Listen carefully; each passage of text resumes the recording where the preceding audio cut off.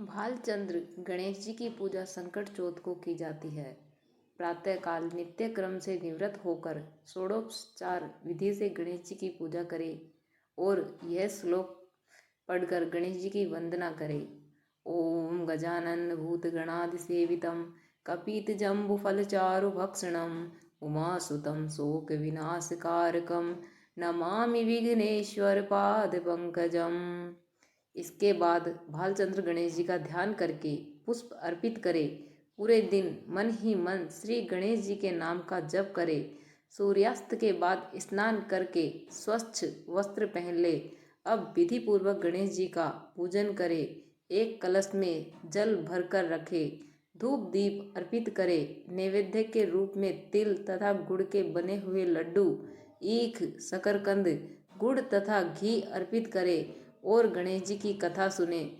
तो चलिए जानते हैं गणेश जी की कथा। एक शहर में देवरानी जेठानी रहती थी। जेठानी अमीर थी और देवरानी गरीब थी। देवरानी गणेश जी की भक्त थी। देवरानी का पति जंगल से लकड़ी काटकर बेचता था और अक्सर बीमार रहता था। देवरानी जेठानी के घर का सारा काम करती और बदले में जेठानी बचा हुआ खाना, पुराने कपड़े आदि उसको दे देती थी। इसी से देवरानी का परिवार चल रहा था। माघ महीने में देवरानी ने तिल चौथ का व्रत किया। 5 आने का तिल व गुड़ लाकर तिलकुट्टा बनाया। पूजा करके तिल चौथ की कथा, तिल चौथ की कहानी सुनी और तिलकुट्टा छीके में रख दिया और सोचा कि चांद उगने पर पहले तिलकुट्टा और उसके बाद ही कुछ खाएगी। कथा सुनकर वह जेठानी के यहाँ चली गई। खाना बनाकर जेठानी के बच्चों से खाना खाने को कहा तो बच्चे बोले, माँ ने व्रत किया है और माँ भूखी है। जब माँ खाना खाएगी हम भी तभी खाएंगे।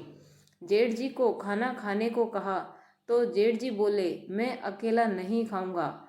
जब चांद निकलेगा तब सब खाएंगे, तभी मैं भी खाऊंगा। जेठानी ने उसे कहा कि आज तो किसी ने भी अभी तक खाना नहीं खाया, तुम्हें कैसे दे दूँ? तुम सुबह सवेरे ही बचा हुआ खाना ले जाना। देवरानी के घर पर पति बच्चे सब आस लगाए बैठे थे कि आज तो त्योहार है, इसलिए कुछ पकवान आदि खाने को मिलेगा।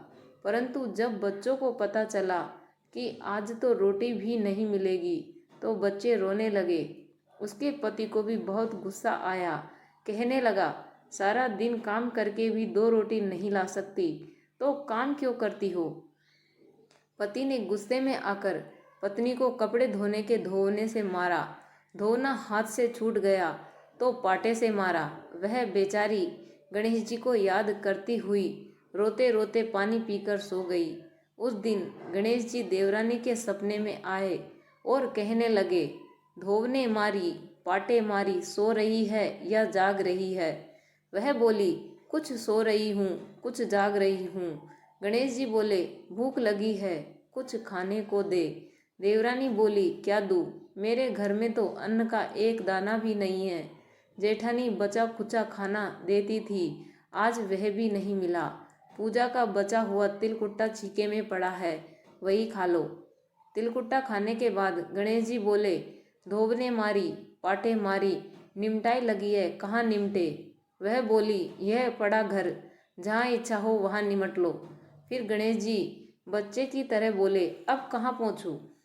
नींद में मगन अब देवरानी को बहुत गुस्सा आया कि कब से तंग किए जा रहे हैं। सो बोली, मेरे सर पर पहुँचो और कहाँ पहुँचोगे? सुबह जब देवरानी उठी तो यह देखकर हैरान रह गई कि पूरा घर हीरे मोती से जगमगा रहा है। सिर पर जहाँ विनायक जी पोंछनी कर रहे थे वहाँ हीरे के टीके व बिंदी जगमगा रहे थे। उस दिन देवरानी जेठानी के यहाँ काम करने नहीं गई। बड़ी देर तक राह देखने के बाद जेठानी ने बच्चों को देवरानी को बुलाने भेजा। जेठानी ने सोचा, कल खाना नहीं दिया इसलिए शायद देवरानी बुरा मान गई है। बच्चे बुलाने गए और बोली, चाची चलो, माँ ने बुलाया है, सारा काम पड़ा है। देवरानी ने जवाब दिया, अब उसकी जरूरत नहीं है, घर में सब भरपूर है गणेश जी के आशीष से। बच्चों ने घर जाकर माँ को बताया कि चाची का तो पूरा घर हीरे मोतियों से जगमगा रहा है। जेठानी दौड़ती हुई देवरानी के पास आई और पूछा कि यह सब हुआ कैसे। देवरानी ने उसके साथ जो हुआ वो सब कह डाला। घर लौटकर जेठानी ने अपने पति से कहा कि आप मुझे धोने और पाटे से मारो। उसका पति बोला कि भली मानस, मैंने कभी तुम पर हाथ भी नहीं उठाया, मैं तुम्हें धोने और पाटे से कैसे मार सकता हूँ। वह नहीं मानी और जिद करने लगी। मजबूरन पति को उसे मारना पड़ा। उसने ढेर सारा घी डालकर चूरमा बनाया और छीके में रखकर और सो गई। रात को चौथ विनायक जी सपने में आए और कहने लगे, भूख लगी है, क्या खाऊं। जेठानी ने कहा, हे गणेश जी महाराज, मेरी देवरानी के यहाँ तो आपने सूखा तिलकुट्टा खाया था।